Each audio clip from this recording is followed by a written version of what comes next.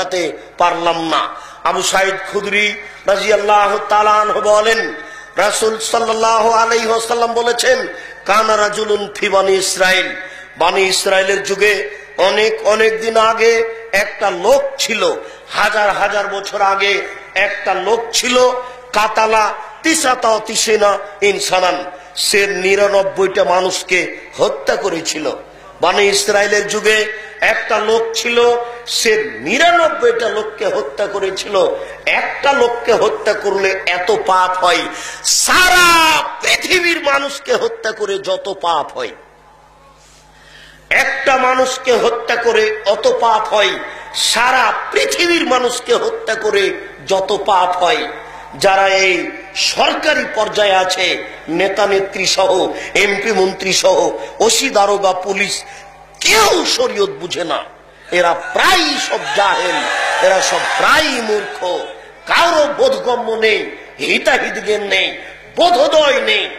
মানুষের যে একটা মান মর্যাদা আছে কেউ বুঝতে চায় না। শুনুন, আল্লাহ এ কথা বলছেন, আল্লাহর নবী এ কথা বলছেন, একজন মানুষকে হত্যা করা এত বড় অপরাধ, সারা পৃথিবীর মানুষকে হত্যা করা যেমন অপরাধ। এই লোকটি 99টা মানুষকে হত্যা করেছিল। হত্যা করার পরে ফাতারা হেবান, একজন দরবেশের কাছে আসলো। দরবেশ মানে যে এমনিতে তাসবিহ টিপে জ্ঞান গরিমা নেই।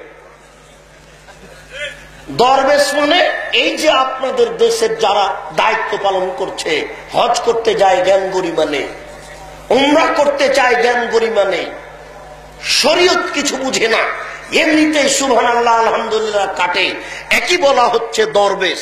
এই দরবেশের কাছে আসলো সে 99টা লোককে হত্যা করা ব্যক্তি। এসে বলছে, ফাসালাহু, তাকে জিজ্ঞাসা করলো, আলাহু মিন তাওবা, এরকম মানুষের কোন তওবা আছে কি যে লোকটা 99টা মানুষকে হত্যা করেছে? ফাকাল আল্লাহ, তখন সে বলল, না। হ্যাঁ, 99টা মানুষকে হত্যা করে ক্ষমা চাও। তার এটা হলো নির্বুদ্ধিতা, জাহেলিয়াতে অজ্ঞতার পরিচয়। সে আল্লাহর রহমতকে জানে না। যদি আলেম হতো তাহলে বলতো যে নিরাশা হবেন না, ক্ষমা চান, নিরাশা হবেন না, ক্ষমা চান। এই লোক ছিল দরবেশ, জাহেল। এই বলে দিল যে 99টা লোককে হত্যা করে ক্ষমা চান। তখন আবার রাগ করে ফাকাতালাহু, একেও দিয়েছে। 100 জন হয়ে গেল। ফাজা আলাইয়া সালো, এরপরে জিজ্ঞাসা করতে লাগলো, কোথায় বাঁচার পথ আছে? কে আমাকে ফতোয়া দিতে পারে যে ক্ষমা পাওয়া যাবে? কে আমাকে ফতোয়া দিতে পারে ক্ষমা পাওয়া যাবে? ফাকালারা জুলুম, হঠাৎ একটা লোক বলল, ইতে কারিয়াতান কাদা ওয়া কাদা, তুমি অমুক গ্রামে যাও, সেই গ্রামে একজন মাওলানা সাহেব আছে, ওখানে গিয়ে ফতোয়া জিজ্ঞাসা করো, দেখো তোমার বাঁচার পথ আছে কিনা। এই কথা শুনে প্রস্তুতি নিতেই আদরাকাহুল মওত, মরণ তাকে পেয়ে নিল। মরণ চলে আসলো, সে এখন মাটিতে পড়ে যাচ্ছে। ফান্না সাদরাহু নাহওয়াহা, মাটিতে পড়ে যাওয়ার সময়তে তার বুকটাকে ওই গ্রামের দিকে ঠেলে দিয়ে আল্লাহকে বলতে চাচ্ছে, আল্লাহ, আমি 100টা মানুষকে হত্যা করেছি, সেটা ভিন্ন কথা, আমি বুকটাকে ওই গ্রামের দিকে ঠেলে দিয়ে তোমাকে বলতে চাচ্ছি, আমি মূলত ক্ষমা চাই।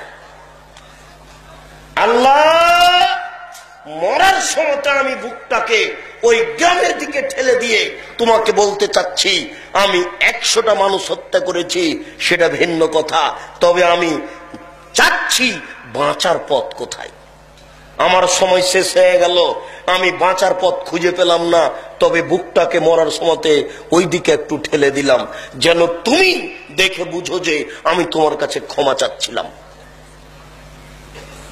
লাশ পড়ে আছে, ফাত্তাসামাত ফিহে মালায়েকাতুর রাহমা ও মালায়েকাতুল আযাবা, জাহান্নামের ফেরেশতা আর জান্নাতের ফেরেশতা উভয় ফেরেশতা এসে হইচই লাগিয়ে দিল, একে জাহান্নামে নিয়ে যেতে হবে, একে জান্নাতে নিয়ে যেতে হবে। ফাআল্লাহু ইলা হাজিহি আনতাবাদি ওয়া আল্লাহু ইলা হাজিহি আনতাকাররবি, আল্লাহ তাআলা তখন এই গ্রামকে বললেন, যে গ্রাম থেকে যাচ্ছিল সেই গ্রামকে বললেন তুমি একটু পিছে হটে যাও।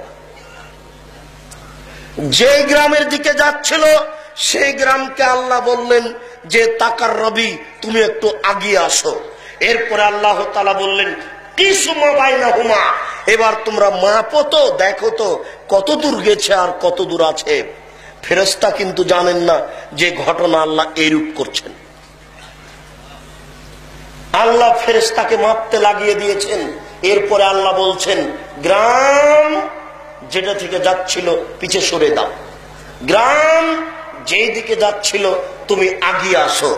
জড় বস্তু কথা শুনে আদম সন্তান বড় নিমুখ হারাম কথা শুনে না।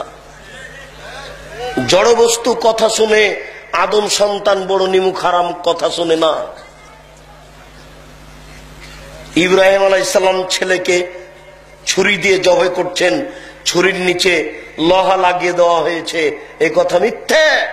ইব্রাহিম আলাইহিস সালাম যখন ছুরি দিয়ে ছেলেকে জবাই করছিলেন তখন আল্লাহ ছুরিকে বলে দিয়েছেন ছুরি তুমি কাজ করো না। মরা পর্যন্ত ইব্রাহিম আলাইহিস সালাম যদি ছুরি চালাতে থাকেন ছুরি কাজ করবে না। স্বৈরাচারী শাসক যখন ইব্রাহিম আলাইহিস সালামকে আগুনে ফেলে দিল তখন আল্লাহ তাআলা বললেন এই আগুন শীতল হও।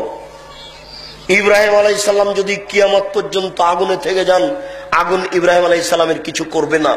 জড় বস্তু কথা শুনে আদম সন্তান বড় নিমুখ হারাম কথা শুনে না।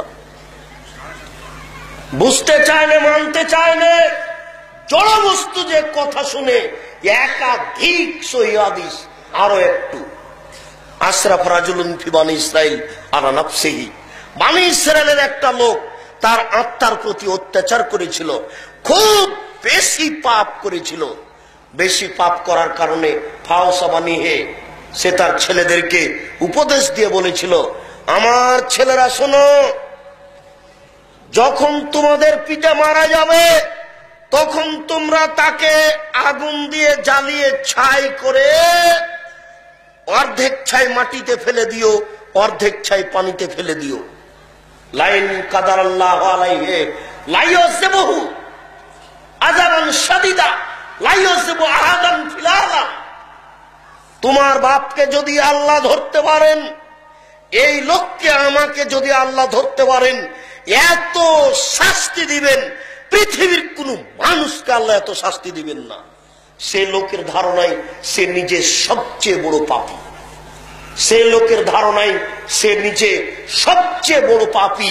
তাই তার ছেলেদেরকে বলল শোনো, এই যা মাতা, যখন তোমাদের পিতা মারা যাবে ফাহাররিকুহু, তোমরা তাকে আগুন দিয়ে জ্বালিয়ে দাও। ফাজরু নিসফাহু ফিল বাররি ওয়া নিসফাহু ফিল বাহরি, অর্ধেক ছাই পানিতে ফেলে দাও, অর্ধেক ছাই মাটিতে ফেলে দাও। এ যা মাতা ফাফালু মা মারাহুম।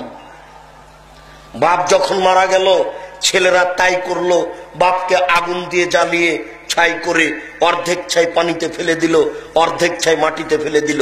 ফামারাল্লাহুল বাহরা ফাজামা বিমা ফিহি ওয়ামারাল্লাহুল বাররা ফাজামা বিমা ফিহি। আল্লাহ তখন সাগরকে, পানিকে বললেন পানি ছাইগুলি জমা করে দাও। আল্লাহ তখন মাটিকে বললেন মাটি ছাইগুলি জমা করে দাও। এবার মাটি আর পানি ছাইগুলি জমা করে দিল। এ দেখেন জড় বস্তু কথা শুনে আদম সন্তান কথা শুনে না। আজকে আমি বলছি, আজকে থেকে আপনি রাতে উঠতে শিখুন, রাত 2টায় 3টায় উঠতে শিখুন, আল্লাহর দরবারে ক্ষমা চান। আপনি এই কথার দাম দিবেন না, মূল্যায়ন করবেন না। আদম সন্তান কথা মানে না। আল্লাহ আদম সন্তান আল্লাহর কাছে কান্নাকাটি করা প্রয়োজন মনে করে না। আল্লাহ তাআলা আদেশ করলেন ছাইকে পানি এবং মাটি জমা করে দিল। যখন জমা করে দিল আল্লাহ তাআলা তাকে আবার মানুষ তৈরি করলেন, রেডি করলেন। রেডি করার পরে বললেন লেমা ফালতা হাজা, এই তুমি তোমার ছেলেকে এইভাবে আদেশ করেছিলে কেন? তুমি তোমার ছেলেকে এইভাবে আগুন জ্বালিয়ে ছাই করে মাটিতে আর পানিতে ফেলে দিতে বলেছিলে কেন? তখন লোকটা আল্লাহর সামনে বলবে মিন খাসিয়াতিকা, তোমার ভয়ে করেছি, ওয়ান তাআলাম, তুমি ভালো জানো। আমি এই কাজ তোমার ভয়ে করেছি, তুমি ভালো জানো।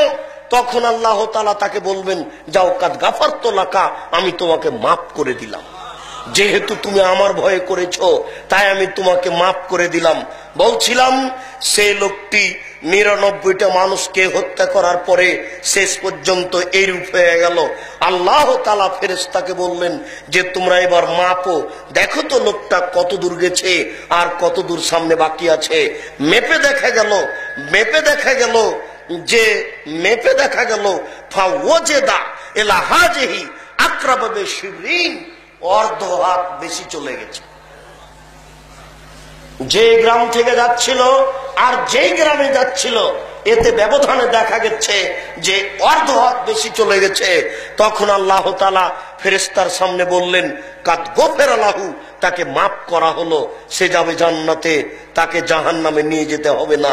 আল্লাহ তাআলা একজন মানুষকে ক্ষমা করার জন্য এই কৌশল অবলম্বন করলেন। যে লোকটা মরার সময়তে বুকটাকে ওই গ্রামের দিকে ঠেলে দিয়ে আল্লাহকে বলতে চেয়েছিল আল্লাহ আমি পাপ করেছি সেটা ভিন্ন কথা, তবে আমি আসলে তোমার কাছে ক্ষমা চাচ্ছি, আমি ক্ষমার সুযোগ করতে পারলাম না, এইভাবে আমি দুনিয়া থেকে বিদায় নিলাম। আল্লাহ তাআলা তাকে এইভাবে ক্ষমা করে দিলেন।